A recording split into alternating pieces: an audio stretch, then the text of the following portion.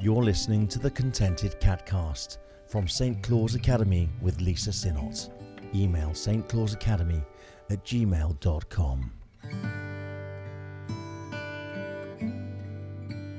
So I'm really delighted to be here with Rippan and Natalie today. Both help cats protection. So Rippan is a fundraiser, a rehoming, and has recently been appointed as a trustee. And Natalie is a wonderful fosterer as well. So hello today, guys. Hi, Lisa. Hello.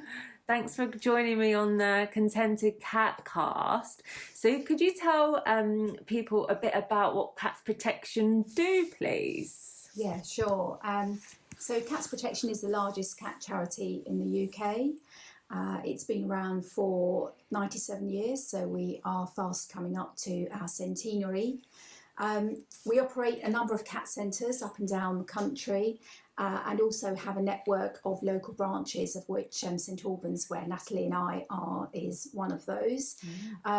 The branches are run by volunteers, and there's around 10,000 of us up and down the UK. St Albans branch has been around for many years now.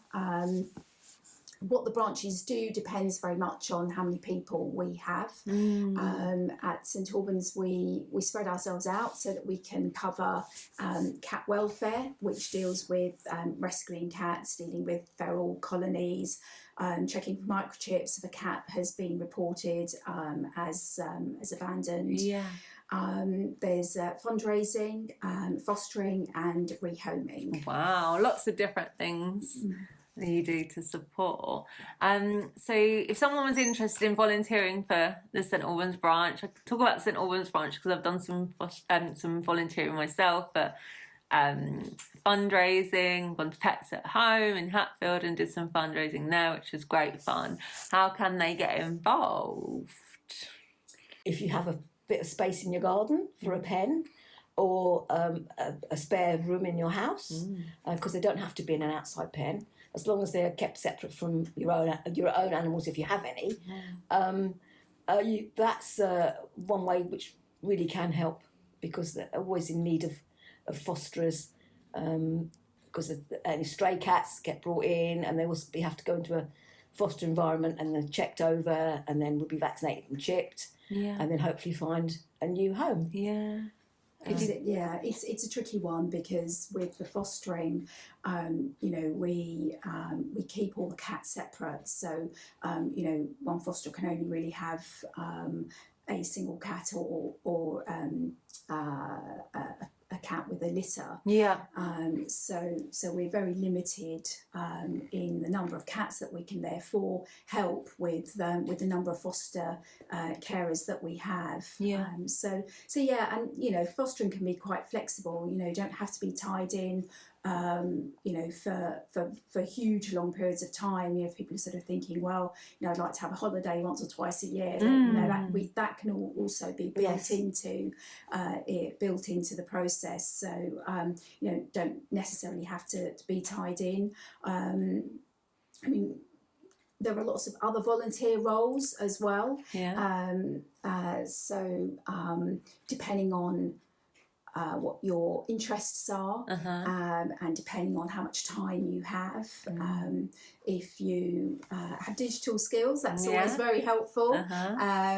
We have our own Facebook page, but we'd like to sort of branch into to other social media as well. The updating website, and certainly if people only have a few hours a week or may even be housebound, there are other roles as well that are available. Having a look, for example, on the internet, if there are cat breeders that are unscrupulous, if there are, so there are lots of different ways to help, and obviously fundraising. Yeah. You know, we can't do it without having the money. We're desperately short of fundraisers. You know, so helping to organise events or supporting the events that we already have. Got one coming up soon. We've got one coming up soon. We've got our adoption day coming up on the 23rd of March. Yeah. That's at and Wadley Hut again. That will be at Wadley Hut on the Watford Road. That's a Scout hut on the Watford Road. Yeah. And, you know, even if people aren't looking to adopt a cat or a kitten, you know, just coming along and bring your kids, get some tea and cake. Yeah, it's lovely cakes. Have a go with the tombola, and there's always some good prizes, and also lots of gifts as well. So even if you don't have a cat, coming along and buying something for someone in your life who does and will appreciate it. And so there's lots of different ways to help. Yeah. You know, donations obviously money is always welcome.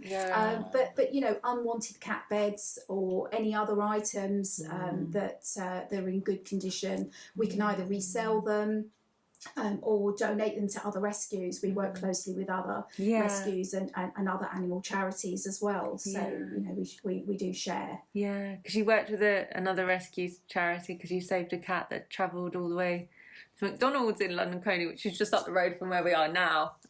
Could you tell us a bit about that, please? Yes, I think that one travelled all the way over from Essex, got into a van. Not quite sure whether the cat wandered in or was taken because it was a particularly beautiful cat. Yeah, I saw him on the BBC News. Yeah, and he was microchipped. Yes, and his owners had been searching for him, but only local to where he had come from. Right, yeah. I guess you would, yeah.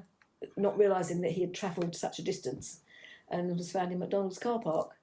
But they were, because he had his chip, they could then reunite him with his owners, who would probably never have found him. Yeah. Would never have dreamt of looking so far away for him. But power of the chip. Yes. So he had a happy ending. It is incredibly important for people to microchip their cats. I mean, it is the law now. We've campaigned for that for some time, and we did get that through, and it is a law in England and Wales now that all cats do need to be microchipped. But of course, there will be many that aren't. And just making sure that small thing is done can save people the heartbreak, because cats do, you know, they do go missing, and certainly with the number of delivery vans that we now have coming up and down our streets on a regular basis, you know, a room full of boxes for your average cat is heaven on earth. So they will, you know, they will wander in, and it is very easy for them to be overlooked and get locked in. But it, you know, even if a cat is microchipped, it is also important though to make sure that if you do move, and that you update your details. So yeah, it certainly was very helpful in this case, because I mean, you know, the cat was so far away from home. Yeah. Oh, you guys are doing a great job, and it's great. It's great to chat to you and find out more about what you're doing and how you're helping. Obviously, you mentioned obviously Cats Protection is a charity. You work very closely with other charities as well. Could you tell us a bit more about, sadly, the figures of cats that have been abandoned over the last few years, which are lots of different reasons for that? We've seen a 34% increase in the number of cats that have been abandoned. You know, that's happening up and down the country. We had a mum and a litter of kittens that were left in a box in a park, you know, locally, and you know, a very generous member of the public took them to a vet, and we then took them in and were able to rehome them. But you know, for a charity where cat welfare is really at the heart of everything we do, pretty much the worst thing that can happen to a cat, particularly a domesticated cat, is for it to be abandoned. Yeah. You know, it's so far out of its comfort zone. Yeah. You know, just can't imagine what the stress levels would be. Yeah. But we are seeing that increasing, and although Cats Protection is known very much as a rehoming organisation, actually the breadth of the services that we offer is much broader. And what we really want to do, and what we're trying to encourage and facilitate much more of, is engaging with our local communities and helping people much earlier in the process, at the point where they start to struggle with keeping their cats. There's obviously lots of reasons that rehoming, that someone might need to rehome their cat. Obviously, you touched on being taken away from what they know, regular feeding regime, warmth, shelter, companionship, vet treatment. I think there's often a misconception. I hear it a lot. And kind of cats can fend for themselves, but I think for a domesticated cat, that's incredibly difficult. It's a real challenge, and they will be completely outside of the environment that they know. Yeah. So, you know, we encourage people to get in touch with us very early on. You know, as soon as they start to struggle for whatever reason, and you know, there are lots of reasons why people might be struggling. It isn't always financial, but if it is financial, there may be some temporary intervention. Sometimes it's because they are moving. You know, some people might be going into rented accommodation, and you know, there isn't at the moment. It's something that we're campaigning for quite hard at the moment. But right now, if you're a tenant, you can't force your landlord to let you have a pet. It is something, as I say, that we are campaigning for at a national level, because you know, there's more than 500,000 households in the country that would like to have a pet, but they're in rented accommodation. And ironically, in a lot of the research that we do some annual research. The landlords that we've spoken to, over half of them would be open to having a pet, allowing their tenants to have a pet, and yet only 5 to 7% of them are advertising their premises as pet friendly. Sure. So there's certainly a disconnect there. And other reasons, you know, more tragic. You know, some people might be in a domestic violence situation and are reluctant to leave their situation because of their pets. So Cats Protection provide a service called Lifeline. We're targeting it to areas of the country where obviously there are other animal charities that also provide similar similar help.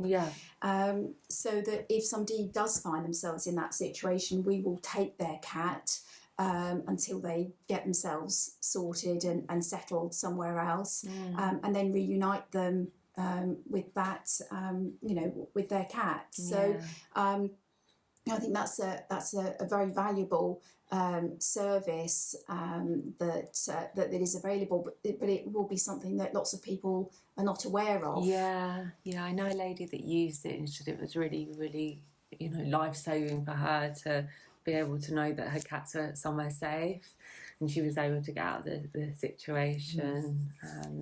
And they got reunited. It's a wonderful thing. There's a great charity called the Links Group that train vets as well to spot signs as well, which is really wonderful too. So it's great that Cats Protection offer that. Obviously, Natalie, you've been volunteering for Cats Protection for a number of years now. Yes, it will be coming up 4 years Wow, okay. in March. Yeah. I originally saw an advert on Facebook asking for people if they had a bit of space in their garden, could they have a pen? And I thought, oh, that would be a nice thing to do. And my husband said, yes. Yeah. I'm quite happy for you to do it, as long as you don't want to keep all the cats you bring in. Yeah. And I did promise at the time that I wouldn't. And in 4 years, I've only brought in one cat, one little failed foster. But no, I've been true to my word, and they all go off to find new homes, but not here. Yeah. But yes, that's how I originally started doing it.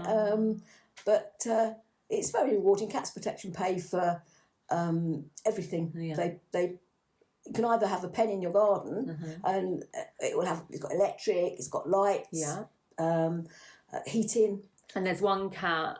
One cat, unless they're from a family, and they get on, and then you can have 2 cats or a mum cat and kittens. Yeah. But particularly if you bring stray cats in, you don't know their history, any illnesses they might have, so you have to keep them separate, and that's why you either have to have them in a pen, or you can foster in your house, but in a room they are just that cat is in the room. They can't mix with your if you have cats of your own. They can't mix because of, again, any diseases or anything they may have until they've been, particularly once they've been vet checked. Yeah. But you just don't know with a stray cat how long have they've been strayed. You don't often know their history. Yeah, you don't know so you don't know anything about them really. Yeah. So they have to be kept separate. Sometimes I see pictures on Facebook of cats that don't know each other in pens together, and that worries me. Even though people's intentions are probably good, it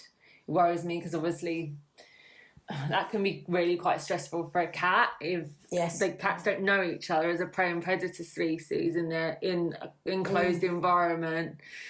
Their litter bowls, their litter trays, their bowls are near each other. It's stressful for them, and obviously cats internalise stress, and it can make them really poorly. And they're very good at covering their stress as well. So it's it can be quite difficult to know early on until it gets to an extreme level. And of course, Lisa, you'll know this with through your behaviour training. Cats can be terrorised by other cats that just sort of come into their garden. Yes. So that sort of is bad enough.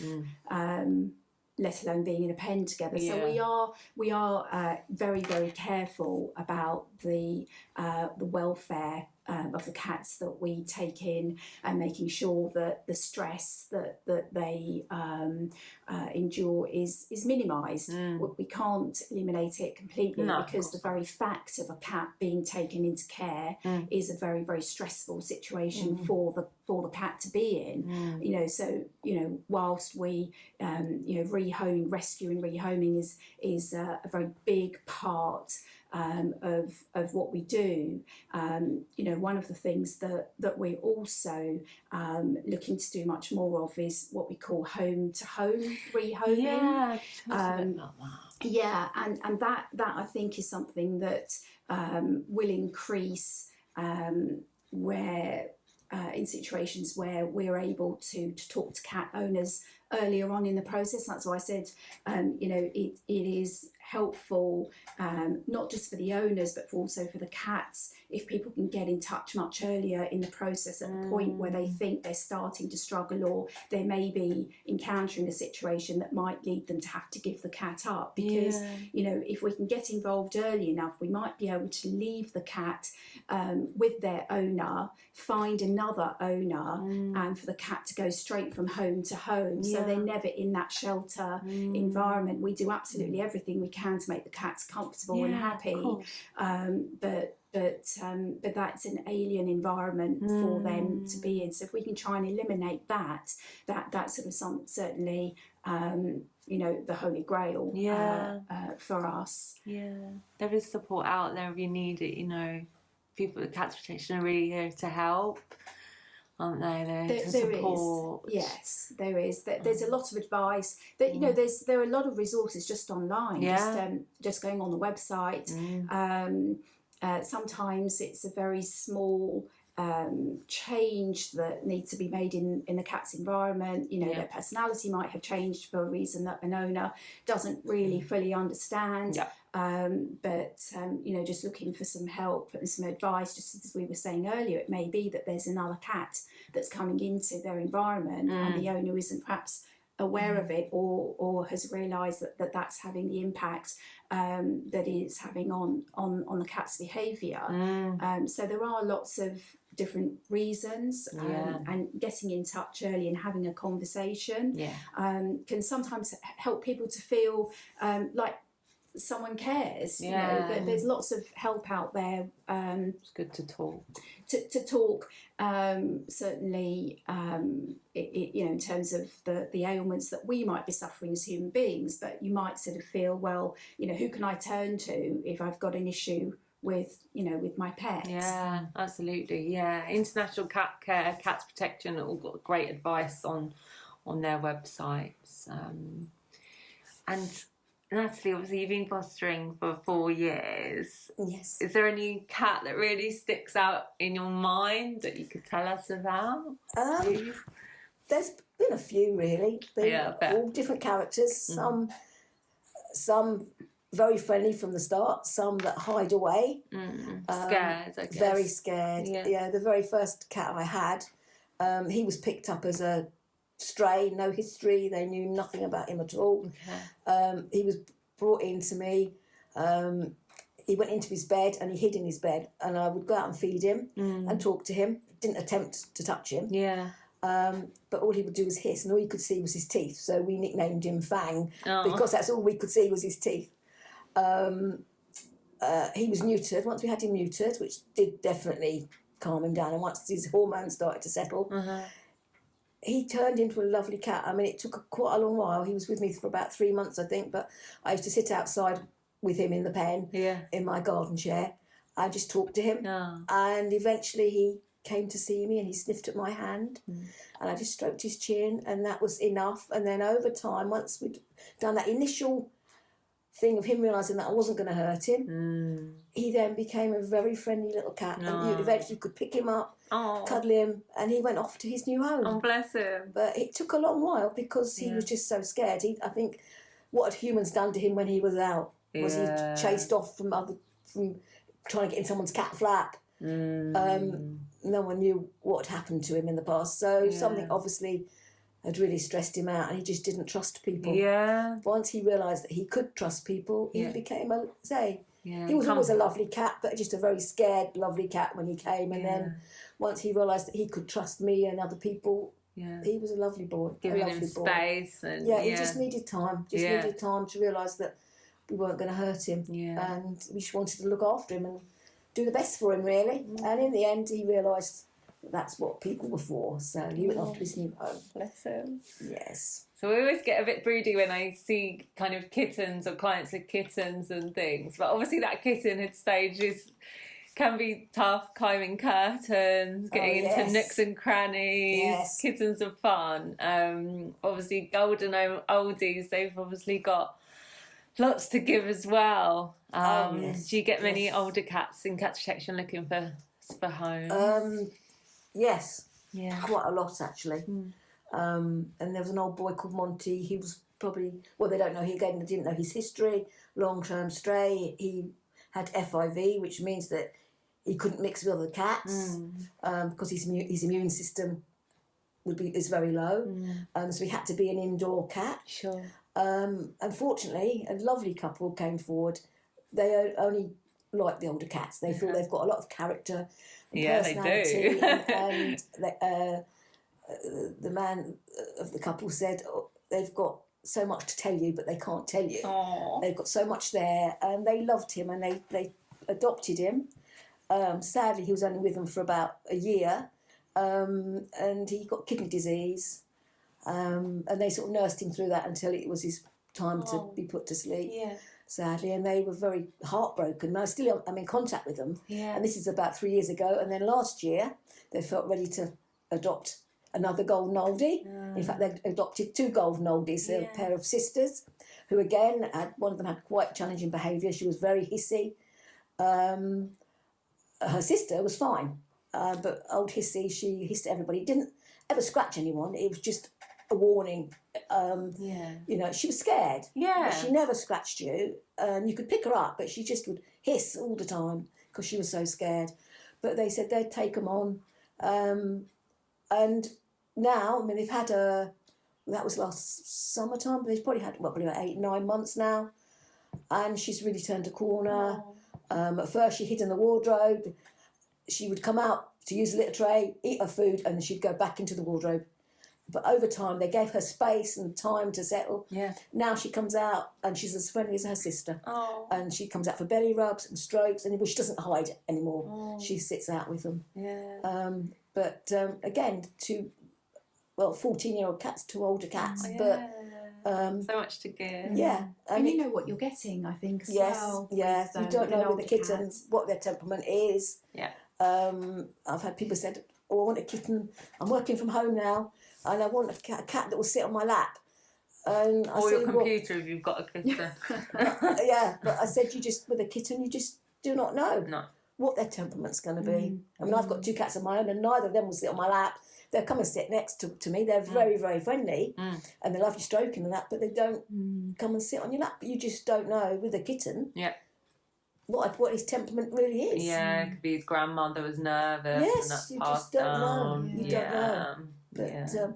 But, I mean, they're always friendly, but if you want a specific cat that's going to sit on your lap, you're asking quite a lot, I think, particularly if you want to adopt a kitten, because you'd say you just don't know. And whereas an older cat, you do know a little bit more of what you're getting. You know their temperament and their likes and dislikes. And so and also, as I've said before, kittens, everyone wants kittens. The older cats are the ones that are left behind. I mean, you might not have them for very long, but you're making the end of however long they've got left. My happy. auntie's cat, he was 23. Goodness me. Yeah. That's a good age. Yeah. Well, you just don't know, do you? No, you don't know with any age of cats, do you? No. I guess you don't know with people. I know that's a bit morbid, but it's life, isn't it? Yeah, You don't know You just don't know. what's around the No, you don't know corner. what's going to happen. So Yeah. Best to make the best of every day you have. Really. Sound like Monty did, bless him. Yeah, well, he had a really happy end of life. I mean, we don't know what had happened to him previously. Yeah. No one knew anything about him at all. Bless But he him. went to a lovely couple who adored him, absolutely adored him. Aw. Were always sending me photos of him, and they did their best for him. And then, you know, he had a really good end of life. I mean, they used to buy fish for him, cooking fresh fish. Oh, wow. Yeah, he was very, very spoiled, Bless him. very spoiled, and very loved right until the end. I think that's also one of the reasons why a lot of people do come to Cats Protection or go to a reputable rescue charity to get their pets, because you know you've then got the benefit of the knowledge. You know, certainly in our branch, you know, our branch coordinators and team leaders have been at this for a long time, and they've got a lot of knowledge and a lot of understanding of the of matching the cat to the right people. Because there is definitely, you know, there's definitely a cat out there for you. If you want a cat, there's definitely a cat out there for you. It may not be the one that you think it is, but there is definitely one there for you. And I think that's where you know, a lot of reputable charities can help. You know, we're sort of seeing a huge increase in the number of cats that are now being bought online. Yes. And I suppose to some degree that is inevitable in this day and age of social media, but sadly social media is also responsible for promoting some of these extreme breeds. Yes. And I think that a lot of people perhaps aren't aware of the health consequences or what they're getting into when they're taking on some of these extreme breeds. You know, they're being publicised on social media as very, you know, sort of hip and cool and trendy and you know, the cat to have. But actually a lot of them have health concerns. You know, we're campaigning hard to at least have cat breeding licensed. Because it's not licensed at the moment. Scary. And also to police some of these, some of these breeders who are getting into extreme breeds, because it will hold problems, not just for the cats, but also for the owners as well. So we would always encourage people to not buy a cat online, but to go to a reputable rescue charity. Certainly our cats, they're all chipped, they're vaccinated, they're neutered, and they come with a proper health check. So you do, to the extent that anybody ever can know, you do know what you're getting into. And also those cats can cost a lot of money as well. I mean, they can. You're talking upwards of £500 for kittens, aren't you? Yeah. And as you say, you don't actually know what you're buying. Yeah. So all the cats that I have, they're all vet checked, so neutered and vaccinated and chipped, so that's all done. Yeah. You pay your adoption fee, but actually what you get for your adoption fee is very, very good. Yes. And also you get help with the couple that took on the two sisters, Hissy. They had a bit of a struggle at one point, and apparently Cats Protection will, you can get 6 months behavioural help with them as well, because they contacted me, as is, she's settled down now, but they will, if you have problems, they will help you once you've adopted as well. That's great. If you've got any behavioural problems, they will help you. Yeah. So just what you back to what you mentioned, Rippan, with the extreme breeding. Obviously, health concerns of that pet cat as well, vet bills. And the pain they could potentially be in. Yes. And obviously pain and behaviour is often linked. And if a cat's in pain, just like us, more grumpy, less tolerant, pain, can lead to behavioural challenges. Yes. So it's so, so important. I know the RSPCA have a kitten checklist, but you really don't know what you're getting. So, reputable charities. Well, I think absolutely. And I think if you are an animal lover and you do want to take on a cat, I don't think there are necessarily bad people in the world. It's just ignorance, and sometimes it's a lack of understanding. You've seen a celebrity, let's say, publicising a particular breed of cat, and that looks fun. I think we all know that a lot of what we see on social media is always the good side and not really the bad side. And I think there are probably a lot of very innocent people who think they're getting into something, but actually end up with something quite else. Different. And that can lead to problems all round. Absolutely. Never get a cat just based on looks alone, just like you wouldn't get a partner, hopefully, based on looks alone. It's not going to work out well. No, you should always go on the temperaments. My little failed foster that I have, he's got a bad eye because he came in with an untreated ulcer. He came in with his brother and sister and his mum. And his brother and sister got a home together. And then his mum got a home, and no one wanted little Spooky, a little boring black cat with a dodgy eye. Black cats are beautiful. But he has the best temperament. He's maybe not the best looking, but he has the best temperament. He's a cuddly little boy, never scratches. You can wipe his feet when he comes in, and he lets you do that. You can give him flea treatment. He's always purring. As soon as he sees you, you start to stroke him, he purrs. So always go for temperament, I think, rather than looks. You might have a beautiful looking cat that's cost you a lot of money, but then the temperament might be very questionable, particularly if you don't know any history at all, And just remember, what looks cute isn't always the best welfare and health of the cat. Flat faces. Yes. Short legs. Is it the munchkins? Oh no. Munchkins with the tiny folds. Short legs. Yes. And they look terrible for the awful. cats. They don't look like cats. Painful. Do they? It's painful. And animals hide pain so well, don't they? Yeah, cats especially. So you don't always know until they're obviously in really severe pain. That they might let you know, but they do hide it, don't they? They do. So I'll let everyone know in the show notes about what we talked about today, Cats Protection, the St Albans branch. Obviously, as we mentioned, they've got an adoption day coming up at Wadley Hut on the Watford Road. Lots of beautiful cats looking for new homes. And also they've got a quiz coming up, which is always good fun, at the Hare and Hounds in St Albans soon. But thank you so much, Natalie and Rippan, for joining me today and telling us about the wonderful work you guys do and your volunteers and your friends. So thank you for everything you do for cats. You're listening to the Contented Catcast from St Claus Academy with Lisa Sinnott. Email stclausacademy@gmail.com.